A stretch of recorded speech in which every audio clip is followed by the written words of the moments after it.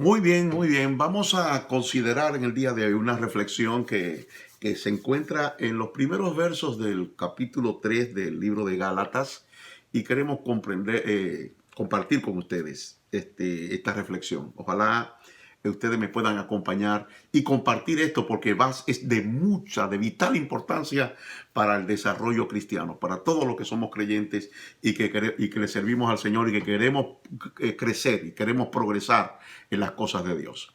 Oiga lo que dice el libro de Gálatas. Voy a leer junto con ustedes de mi Biblia. Mi Biblia es de la Reina Valera del 1960. Dice: oh Gálatas insensatos, ¿quién os fascinó para no obedecer a la verdad? A vosotros, ante cuyos ojos Jesucristo ya fue presentado claramente entre vosotros como crucificado. Esto solo quiero saber de vosotros. ¿Recibisteis el Espíritu por las obras de la ley o por el oír con fe? ¿Tan necios sois? Habiendo comenzado por el Espíritu, ¿ahora vais a acabar por la carne? ¿Tantas cosas habéis padecido en vano, si es que realmente fue en vano? Aquel pues que os suministra el Espíritu y hace maravillas entre vosotros, ¿lo hace por la obra de la ley o por el oír con fe? Vamos a detenernos en esos primeros 5 versículos, porque quisiera comentar con ustedes esto. Mire, este texto comienza: oh Gálatas insensatos. Insensato es una palabra muy interesante, porque es la palabra anoetos. Anoetos. Esa palabra anoetos significa una persona que no tiene entendimiento, que no tiene conocimiento. Una persona tonto, podemos decirlo así. Tonto. Y la palabra fascinar, ¿quién os fascinó? La traducción correcta y que figura en otras traducciones de esta palabra, que es ebascanen, que significa ¿quién os hechizó? Hechizar. Esa brujería. ¿Quién os embrujó? ¿Quién os hechizó para no obedecer la verdad? Dice el apóstol Pablo. Ahora, para nosotros entender este libro y su contenido, nosotros debemos conocer su trasfondo histórico. Tenemos que conocer de qué se trata este libro. Pablo le escribe a una iglesia gentil, o sea, una iglesia no judía, que había sido invadida, o sea, había sido fundada por él en uno de sus viajes misioneros, pero había sido invadida por enseñanzas heréticas. Por ejemplo, entre esas enseñanzas heréticas, el principio fundamental en que estaba basado esa enseñanza herética era que Cristo no era suficiente para ser un buen cristiano. O sea, no era suficiente con aceptar a Cristo como Salvador personal, sino que debían guardar la ley. Debían guardar la ley. Si nos vamos a dar cuenta, ellos no le hablan a ellos de guardar toda la ley en el momento, sino que le dicen que tenían que circuncidarse. Que tenían que circuncidarse y que tenían que guardar la ley, se lo decían en otras palabras, para poder ser cristianos verdaderos, que Cristo no era suficiente. Y esto es como dice Pablo en el capítulo 1, que ya hemos estudiado, otro evangelio, un evangelio diferente. Y detrás de ese evangelio diferente hay envuelto el poder de Satanás para desviar. Hoy es casi prohibitivo hablar del pájaro malo, hablar del enemigo de las almas, el enemigo de la justicia, porque no es políticamente correcto, ni es popular, ni vende, ni la gente le da mucho like cuando se habla del pájaro malo. Cuando usted habla del pájaro malo en las redes sociales, la gente no solamente lo que le interesa esa parte. Pero mientras estemos con esa ignorancia, esa anoetos, el mismísimo diablo está ganando ventaja, porque sus obras y sus operaciones están siendo atribuidas a otras razones y a otras personas. Es bueno que sepamos eso en sentido general.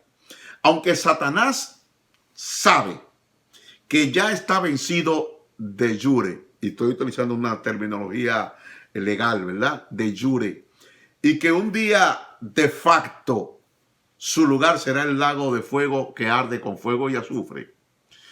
No quiere retirarse de la pelea sin dar pelea. Satanás sabe que está vencido. Y está vencido de jure. Pero falta que se muestre en la práctica, en la praxis. Cuando nosotros le recordamos al diablo su destino y vivimos una vida como que sabemos el nuestro, ¿usted sabe lo que sucede? El diablo tiene que huir. El diablo tiene que huir. El problema de muchos de nosotros es que queremos echar fuera al diablo estando controlados en algún área por él.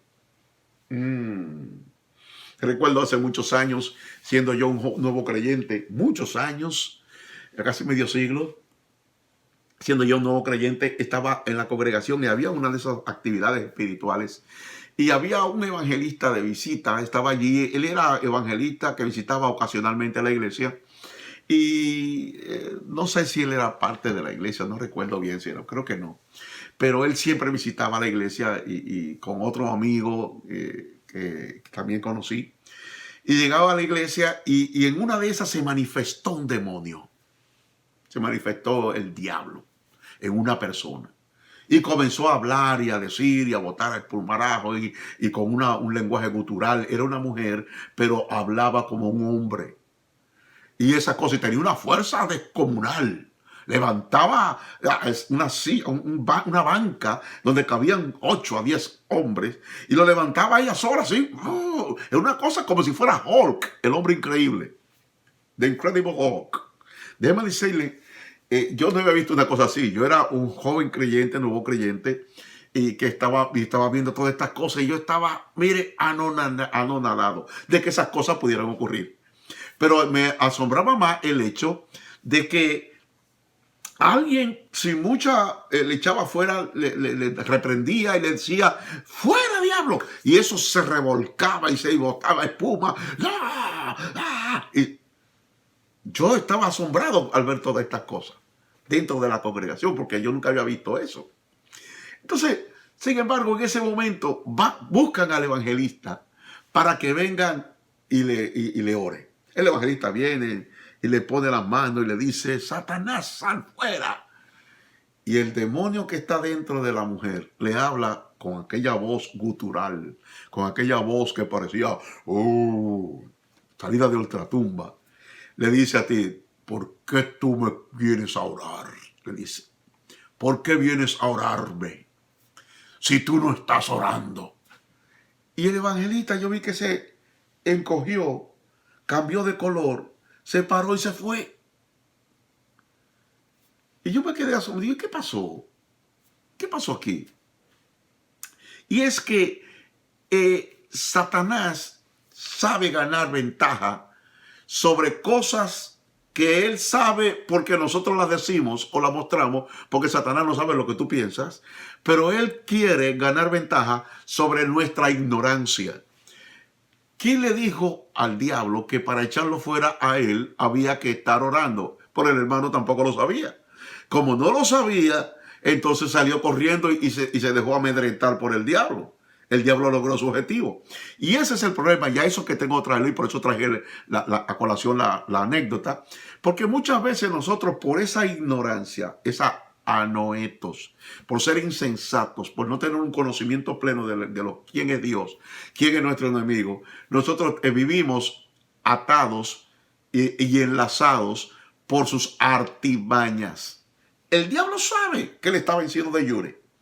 Y que pronto va a ser vencido de facto. Él está de facto siendo vencido todos los días por creyentes fieles, por creyentes conocedores de la palabra, por creyentes sabios que saben cuál es su posición en Dios, que ellos son hijos de Dios y que ellos pueden echar fuera al diablo en el nombre de Jesús para ser libre de toda fuerza del mal. Él lo sabe, pero él no se va sin presentar pelea. Él sabe que la guerra está perdida, pero cree que todavía hay batallas que él puede ganar. Por eso él cambió su plan de ataque. Él puede llevarse al foso, al pozo, con él a la mayor cantidad posible de personas y neutraliza sus enemigos, cegando al pueblo de Dios ante la derrota que él, el diablo, ha sufrido. También hace cualquier cosa que pueda evitar que el pueblo de Dios utilice sus armas, las armas que Dios le ha dejado, las armas espirituales que están descritas en Efesios capítulo 6 y que Dios nos ha dejado para que nosotros lo echemos fuera y para que nosotros lo resistamos y para que nosotros seamos más que vencedores. Muy bien, hasta el día de hoy, Satanás continúa haciendo todo lo que puede para dejar sin poder al cristiano. Uno de esos factores que le otorgan alto éxito es el que tiene que ver con la hechicería.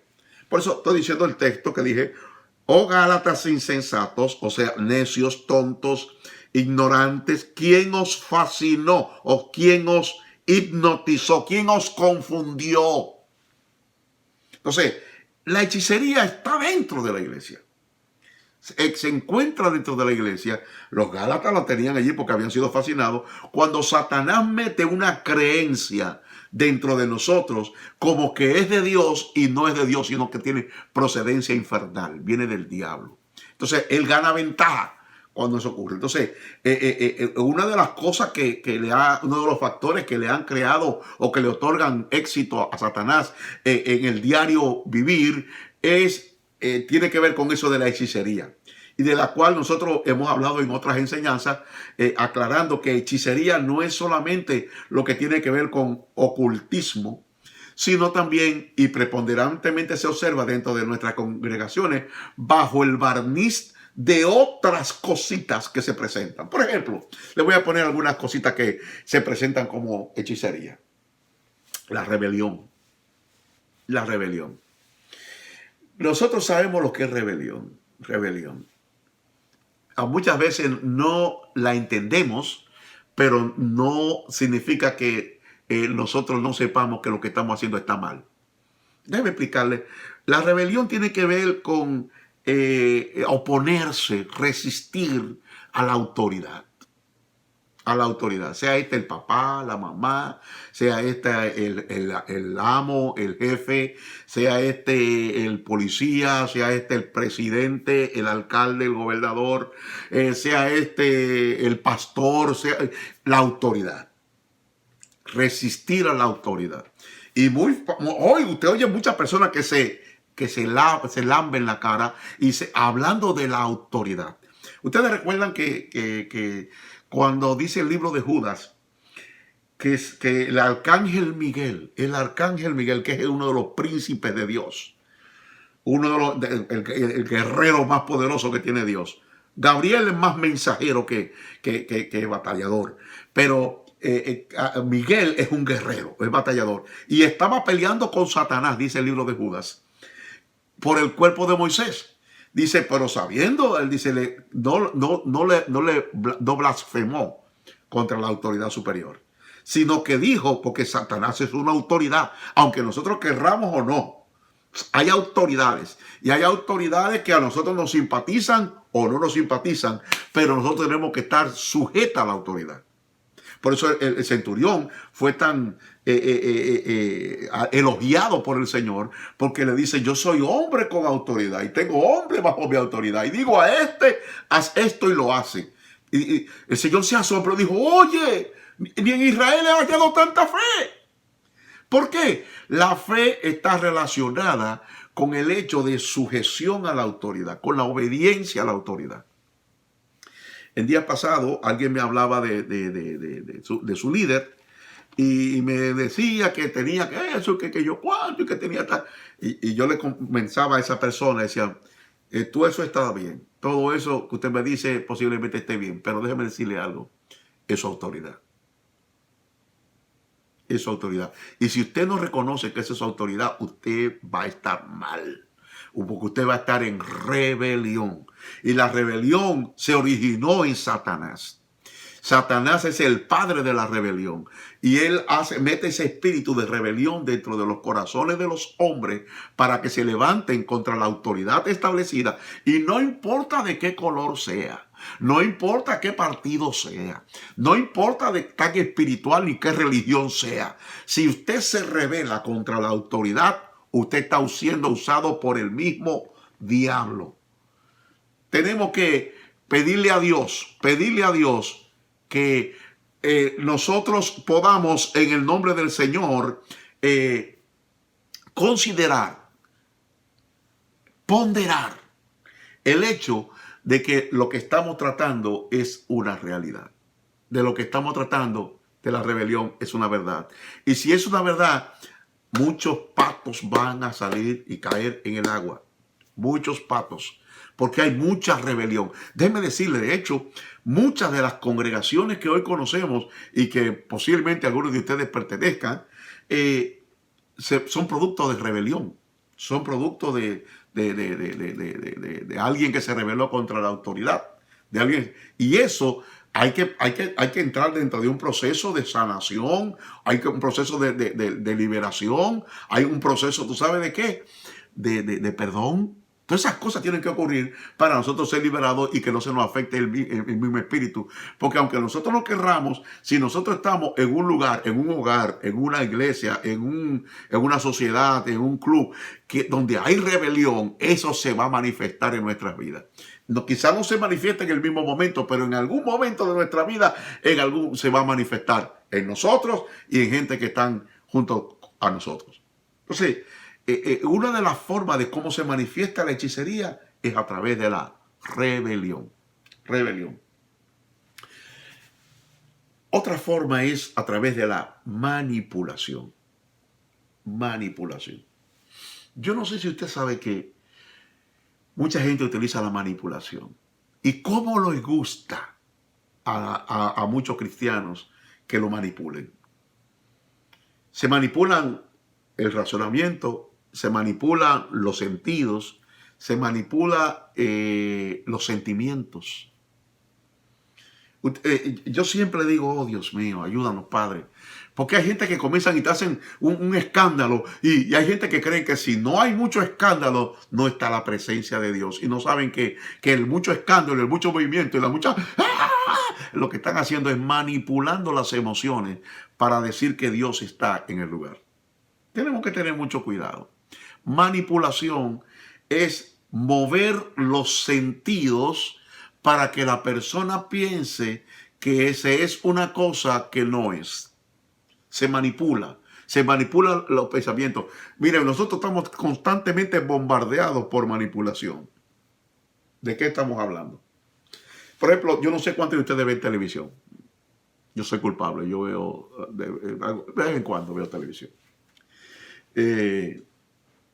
Pero usted sabía que la mayoría de los anuncios están hechos para que usted se deje controlar, para que usted haga lo que ellos piden. Yo no sé si a usted le ha pasado que usted está viendo televisión, se pone a ver televisión y de pronto usted se le mete un deseo sin tener hambre de ir para la nevera a comer algo.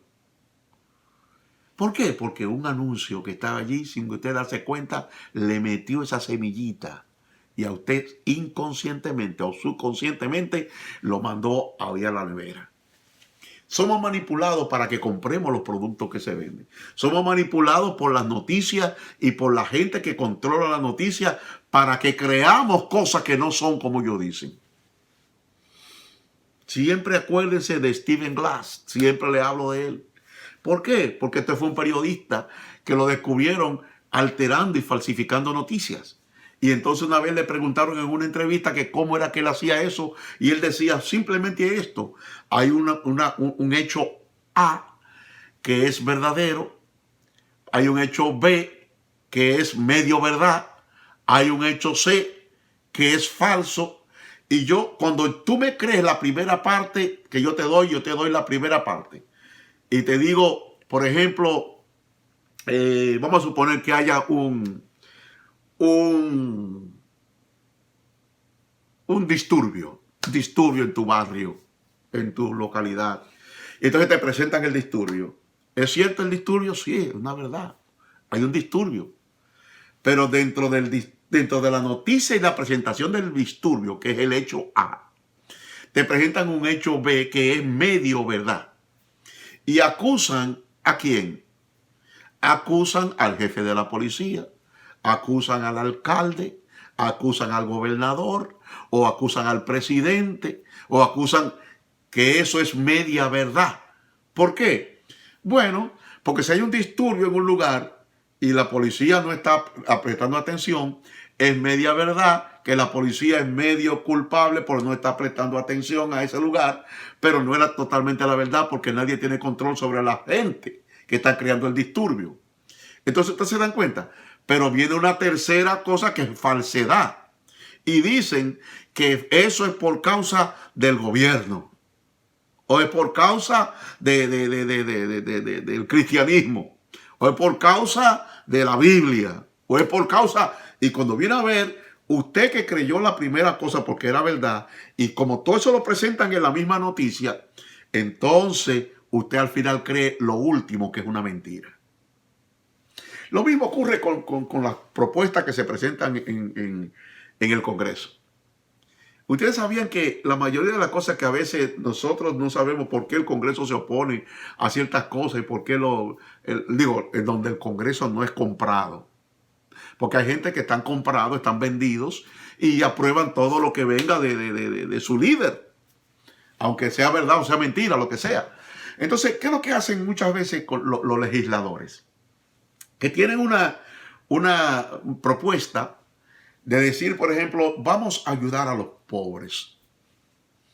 Vamos a mandarle una remesa de $10 a todos los pobres. A todos los pobres. No es bueno eso. Todo el mundo quiere que le den. Todo el mundo quiere que le den. A mí el día pasado me llegó el dinero, un dinero por ahí que le dieron a todo el mundo aquí, que estaba por la cuestión de la pandemia esta y la cosa esa. Y yo no necesitaba ese dinero, no necesitaba, pero me lo mandaron, gloria a Dios, lo recibí. Pero otra cosa es, por ejemplo, que se vaya a aprobar eso en el Congreso, que le den $10 a todos los pobres, o a toda la gente. Y otra cosa es después que dentro del mismo bill, dentro de la misma ley que está envuelto eso, meten otra cosa. ¿Qué otra cosa meten? Por ejemplo, que se apruebe un presupuesto de tantos millones de dólares, qué sé yo cuánto, para otra cosa. Y cuando viene a ver, hay una oposición porque no quieren aprobar eso junto con esto. Y ese es el problema que nosotros tenemos que estar cuidando, porque estamos siendo manipulados, estamos siendo controlados por todo lo que estamos viendo. Gracias a Dios que no tenemos un span de atención muy fijo, porque si no, hace rato que tuviéramos nosotros como marionetas en la calle caminando. Oh. ¿Qué otro elemento tiene que ver con la hechicería dentro de las congregaciones y dentro de nuestras reuniones? La intimidación. Intimidación. Ustedes saben que mucha gente utiliza la intimidación para lograr sus objetivos, para hacer creer. Y comienzan a decir, por ejemplo, y la mayoría de las intimidaciones viene con Dios me dijo, que Dios me hizo, que Dios... Y como tú no puedes discutir con Dios, entonces tú no sabes qué hacer con esta gente. El problema es que la mayoría de los intimidadores utilizan a Dios para meter miedo. Y Dios no produce miedo. El temor de Jehová es otra cosa. Eso no es miedo a Dios. ¡Ay, yo tengo miedo a Dios! No, no, no. El temor de Jehová es reverencia. Santa reverencia. Es honrar. Es considerar a Dios como el ser santo y supremo que Él es. Su santidad. Su justicia. Todo eso está envuelto en esto de temor a Jehová. Pero mucha gente cree que Dios vive metiendo miedo. Y viven diciendo que va a venir terremoto para tal país, que va a venir un juicio para tal país, que va a venir un tsunami para tal país y que viene tal cosa. Y comienzan a intimidar a la gente. O predicadores, entre nosotros los predicadores, que le digamos a la gente, eso va, tú te vas para el infierno, tú te vas. Oye, ¿y eso? Cuando el evangelio es un mensaje de buenas noticias, un mensaje de buena noticia, ¿ok? Entonces,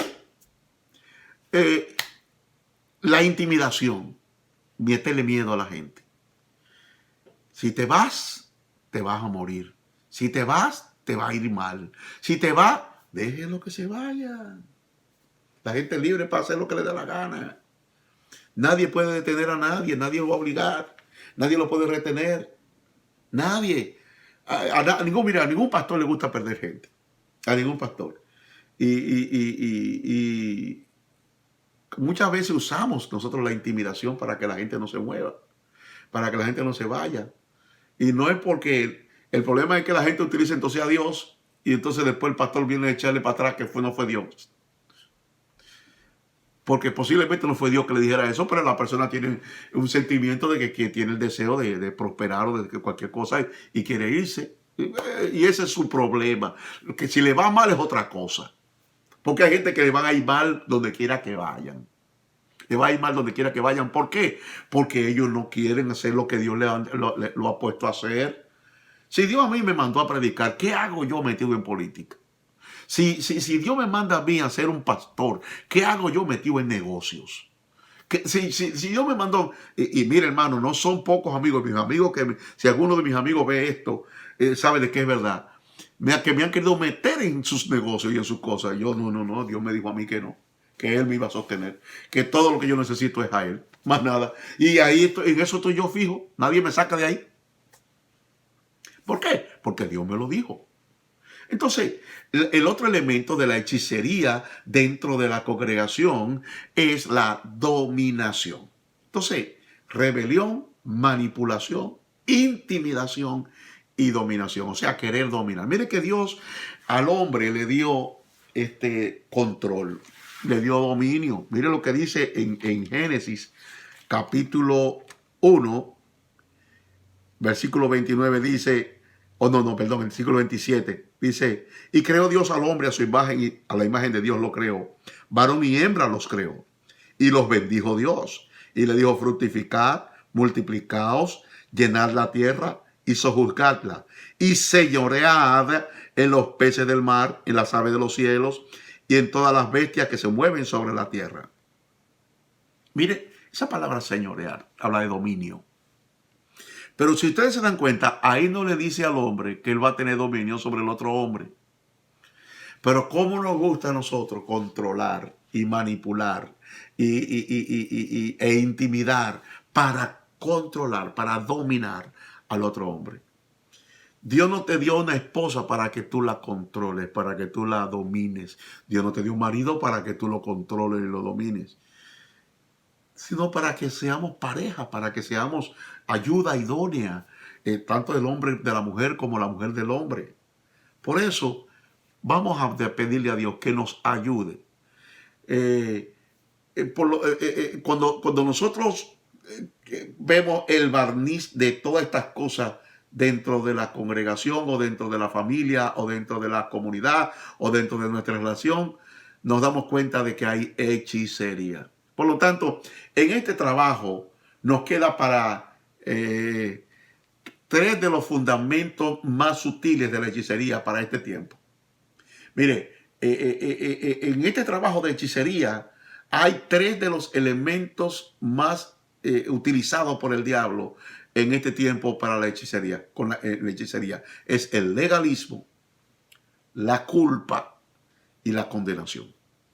Legalismo, la culpa y la condenación. El legalismo está tan extendido entre los cristianos que pocos llegan a darse cuenta hasta qué punto lo está. Además, los resultados del legalismo, que son la culpa y la condenación, residen en un lugar muy difícil de identificar. Pero cuando el creyente es liberado de la garra del legalismo, abundan la gracia y el poder. Me doy a entender hasta ahora, ¿verdad? He hablado mucho y un poquito, pero dentro de la hechicería dentro de la iglesia está el legalismo, la culpa y la condenación. Entonces, pero es muy difícil identificarlo muchas veces porque residen en un lugar muy difícil de identificar. Pero cuando el creyente se le abren las puertas del entendimiento, de la sabiduría, de la gracia, del poder, entonces se da cuenta que lluvias de gracia vienen sobre su vida y el poder se derrama sobre su vida. El apóstol Pablo está escribiendo sobre el efecto de la hechicería en creyentes nacidos de nuevo y llenos del Espíritu Santo. Personas que habían gustado y habían visto y experimentado el milagroso poder de Dios. Los creyentes de Galacia recibieron el don del Espíritu Santo y habían sido testigos de milagros. Pero Pablo ahora dice que estaban hechizados, estaban embrujados, estaban confundidos. ¿Ah? Sí, porque muchas veces lo estamos y no nos estamos dando cuenta de que lo estamos. ¿Sabía usted que una congregación puede estar integrada por personas buenas, llenas del Espíritu Santo, y aún así ignorar el mover de Dios en medio suyo? Sí. Pueden escuchar una palabra ungida proveniente del corazón de Dios y permanecer incapaces de responder a esa palabra, casi como si alguien los hubiera hechizado. Muchas congregaciones actuales tienen una cosa en común con esa iglesia de Galacia. Están fascinadas, están hechizadas. Yo no sé si ustedes han oído hablar de la burundanga, la escopolamina. Hay una droga que usan últimamente, que mucha gente, si usted lo ha visto en alguna parte del mundo, en diferentes partes del mundo, alguien te toca, alguien te pasa, te pone una mascarilla o te pone cualquier cosa y de pronto te dicen, pásame el coso y te quitan todo, te llevan al banco, te hacen sacar dinero y te controlan y te manipulan. Están hechizados, están fascinados. El hechizo podemos nosotros describirlo como el poder de desenfocar, de alterar la percepción, de desencaminar a una persona por medio de encantamientos y maleficios. La palabra griega significa literalmente encantar o hacer descarriar con la mirada. La hechicería no permite ver lo que está a plena vista.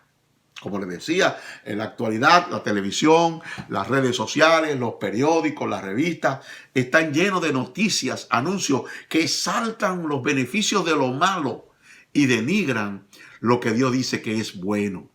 Lo peor de todo es que nuestros púlpitos y mensajes, por los medios que están llenos de hechicería, porque si Dios dice no hay paz para el impío, estos hechiceros dicen tú puedes ser feliz y tener paz abundante si solo sigue los siguientes pasos. Paso número 1, paso número 2, paso número 3 y tú vas a hacer. Cuando la Biblia dice que ese impío no va a tener paz.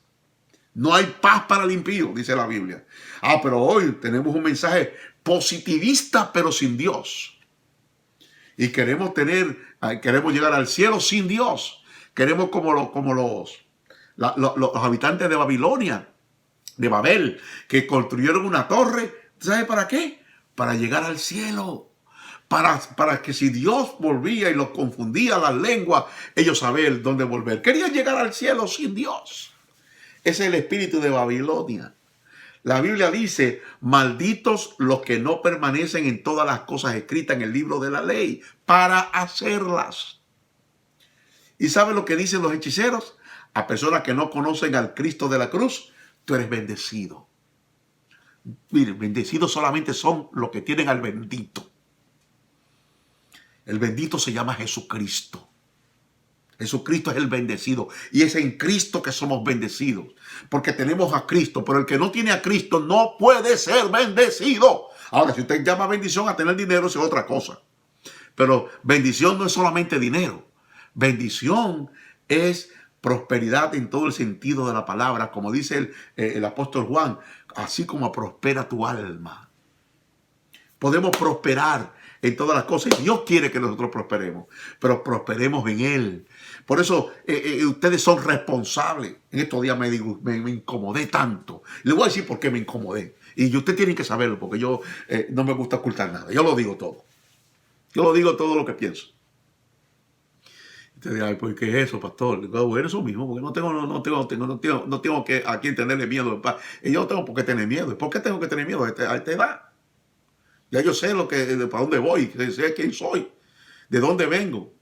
Yo sé a qué he sido llamado. Y hay gente que tiene miedo de decir por estar políticamente correcto, porque no perder amigos, para que nadie no se le vaya. No. Para mí que se fuera él, que se vaya. A Jesucristo le dijeron así mismo los apóstoles, cuando te quiera, Señor, se están yendo. No, también te quieren ir tú también con ellos. Tenemos que estar preparados, hermanos. Preparados para nosotros enfrentar la situación que estamos viviendo. Una situación de caos, una situación de dificultad, de problemas. Y llamar las cosas como Dios lo llama y no ser hechicero. Porque diciéndole a personas que no conocen a Cristo que ellos son bendecidos. ¿Cómo va a ser? ¿Cómo va a ser? No. Tenemos que pedirle a Dios que ilumine nuestro entendimiento, nuestro razonamiento, para que nosotros digamos al pan, llamemos al pan y al vino. Entonces Jesús había sido crucificado delante de los mismos ojos de algunos de los Gálatas, pero ellos no podían obedecer. Ese hechizo no les permitía ver la cruz. El poder de la cruz está en lo que Jesús hizo por nosotros, sin tener que obrar para ser salvos. Jesucristo en la cruz del Calvario nos salvó, nos libertó, nos redimió, nos justificó, fue propiciación. Mire, en Cristo tenemos todo lo que nosotros necesitamos, pero sin Cristo tú no tienes nada. Y hay gente que quieren aplicarte reglas y mandamientos y cosas que no tienen que ver con Cristo, con el Cristo de la cruz. En Cristo, en la cruz, está la gracia de Dios manifestada. Porque dice lo que dice el libro de Tito, capítulo 2, versos 11 al 13, que la gracia de Dios se ha manifestado. Jesucristo es la gracia de Dios manifestada, porque la ley por Moisés fue dada, pero la gracia y la verdad vinieron por Jesucristo. Eso lo dice Juan capítulo 1. Entonces, cuando el creyente pierde de vista la cruz, abandona la gracia y vuelve a las obras de la ley. Vuelvo y lo repito. Cuando el creyente pierde de vista la cruz, abandona la gracia y vuelve a las obras de la ley. Es lo que llamamos legalismo. Si usted oye a una persona diciendo que usted tiene que guardar el sábado, que usted tiene que circuncidarse, que usted tiene que hacer penitencia o sacrificio o rezar tantas cosas tantas veces o repetir tantos rezos aprendidos, esas son obras de la ley. Eso no tiene nada que ver. No tiene que ver porque el precio fue pagado por Cristo en la cruz del Calvario. Y tenemos que salir de esa malicia. Salte de ahí, que lo que te están es llevando al infierno. Cuando te hacen hacer cosas para poderte ganar la salvación. La salvación no se gana, la salvación no se hereda. La salvación es dada a los hombres para que los que creen la reciban y vivan por ello. ¿Por qué quería Satanás cubrir lo que sucedió en el Calvario? ¿Por qué usted cree que Satanás quería cubrir, opacar? Porque la cruz es el lugar en que Jesús derrotó a Satanás. El único medio con que Satanás cuenta para quitarle poder a su enemiga, que es la iglesia, es encontrar alguna manera de ocultar u oscurecer la victoria que el creyente ya ha ganado en Cristo Jesús. El creyente significa una amenaza para Satanás. Sin embargo, aquí hay un dilema. Si el diablo lanzara un ataque directo sobre el creyente, sería identificado y rápidamente resistido y vencido. Pero si puede encontrar una forma de encantar al creyente, de hechizar al creyente, de embrujar al creyente, con una herramienta de su propia creencia, puede tener la oportunidad de lograr el éxito. Oiga bien, porque en el caso de la ley, porque lo que los judaizantes le pedían a los gálatas era que se circuncidaran. Pero si se circuncidaran, tenían que guardar toda la ley. Porque nadie puede agarrar un mandamiento y otro no. Tú tienes que agarrar toda la ley y guardarla toda, y nadie guardó la ley. Solamente Jesucristo la cumplió para que nosotros, si lo aceptamos a Él como Salvador personal, entonces hayamos cumplido la ley en Cristo Jesús. Entonces, el diablo quiere usar una herramienta que venga de su propia procedencia y puede tener en esa oportunidad, en el meter esa herramienta como es el legalismo, tiene la oportunidad de lograr éxito en muchas cosas. ¿Cuánta gente metiendo legalismo, metiendo la ley, metiendo fiesta, metiendo cosas y metiendo la ley, cosas que son del antiguo pacto? Porque el antiguo pacto fue bueno, pero bueno para su tiempo. Oiga, como yo lo comparo, si usted no lo entendía. El antiguo pacto es como una cédula que yo tenía cuando yo salí de mi país hace casi medio siglo. Cuando yo salí de mi país, tenía una cédula que era un cartoncito. Yo no sé cuántos de los viejos, de la vieja guardia se acuerdan. Un cartoncito que tenía una fotito y tenía un número escrito con una maquinilla y con un sello que había que renovarlo cada cierto tiempo. Entonces tenía año 1900 tanto, año 1900 tanto, año 1900 tanto, y ahí le ponían un sello y le ponían... Era un cartoncito. ¿Era buena esa? Claro. Eso servía, esa era mi identidad. Eso me servía donde quiera que yo iba, sacaba mi cédula. Pero hoy sirve. No, se ríen de mí si yo saco eso. ¿Por qué? Porque no está actualizado, no está al día. Hay una cédula moderna. Qué bueno es saber que nosotros podemos en el día de hoy decir, Señor, tú lo has hecho nuevas todas las cosas. Todas las cosas han sido hechas nuevas en el Señor. Por eso yo los bendigo y yo los guardo. Si el diablo quiere lograr algo, tiene que evitar que el creyente observe el poder envuelto en la muerte de Cristo en la cruz. El legalismo es una variedad de la carnalidad. En lugar de confiar en la carne, el legalismo confía en las reglas y las normas. El legalismo es una de las mayores piedras de tropiezo que encuentran los nuevos cristianos y puede encontrarse en todas las congregaciones. Puede llegar a ser el problema más grande que tenemos como iglesia en el mundo occidental. En el caso de los Gálatas, los creyentes judaizantes querían que los hermanos no judíos se circuncidaran. Ahora bien, cuando el creyente vuelve a la ley, debe cumplir cada jota, cada tilde. Si los creyentes gálatas aceptaban la circuncisión, pero fallaban en algún otro punto de la ley, eran culpables de toda la ley y no mejores que un no creyente. Dado que toda persona nace con una naturaleza pecaminosa y no puede guardar perfectamente la ley, está condenada esa persona antes de comenzar. Hay una sola manera de lograr la justicia ante Dios, y esa manera es por la fe. Es una justicia que viene por fe. La justicia significa que la persona ha sido colocada en la correcta relación con Dios. Cuando una persona es hecha justa, tiene el derecho de entrar en una relación con Dios, de tener comunión con Él, de adorarlo y de pasar a la eternidad con Él. Jesús abolió la ley como un medio de lograr la justicia, pero no abolió la ley. Vuelvo y repito, Jesús abolió la ley como un medio de lograr la justicia, pero no abolió la ley. Él la cumplió. La ley era perfecta, sin falla, y revelaba la naturaleza, el carácter, la santidad de Dios. Pero la ley también revelaba algo: mi incapacidad, mi maldad, la maldad de todos los seres humanos. La ley no te decía cómo ser salvo. La ley lo que te decía es lo malo que tú eres, lo grande que es Dios, lo malo que tú eres. Por eso la medicina para la maldad del hombre era Jesucristo, es Jesucristo. Jesús mismo es el relato que brinda en Mateo, en el relato que se brinda en Mateo capítulo 5, verso 17 de su evangelio, dijo: no penséis que he venido para abrogar la ley o los profetas. No he venido para abrogar, sino para cumplir. Bueno, vamos a dejarlo allí. Vamos a dejarlo allí, porque no tenemos tiempo para más. Pero déjeme decirle algo.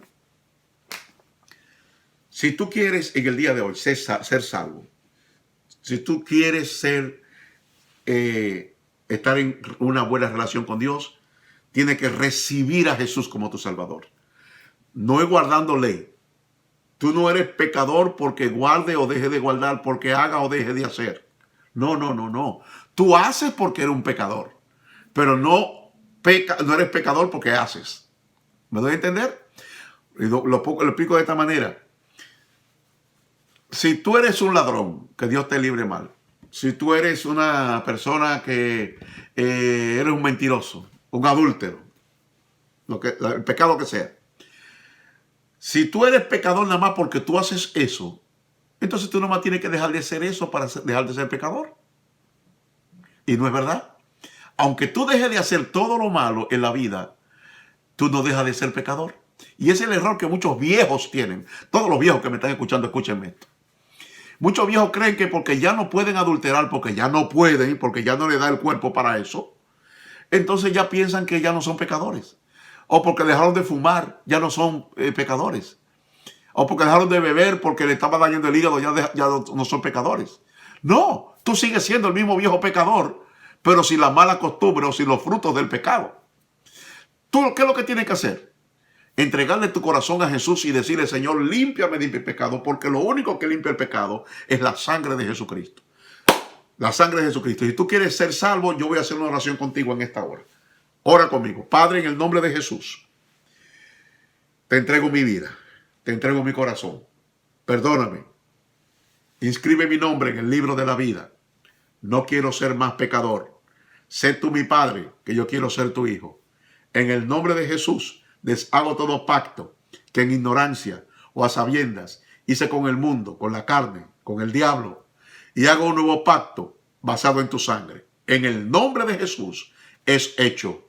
Amén. Jesús te recibe ahora como Salvador. Él es tu Salvador y tú eres su criatura, tú eres su hijo ahora.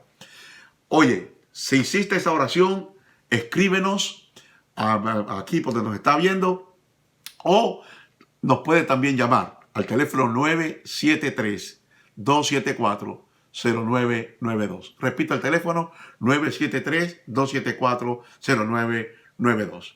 Dios te bendiga, Dios te guarde y será hasta la próxima oportunidad. Este ha sido su hermano y su amigo Daniel Vargas Mena, que le dice hasta entonces. Amén.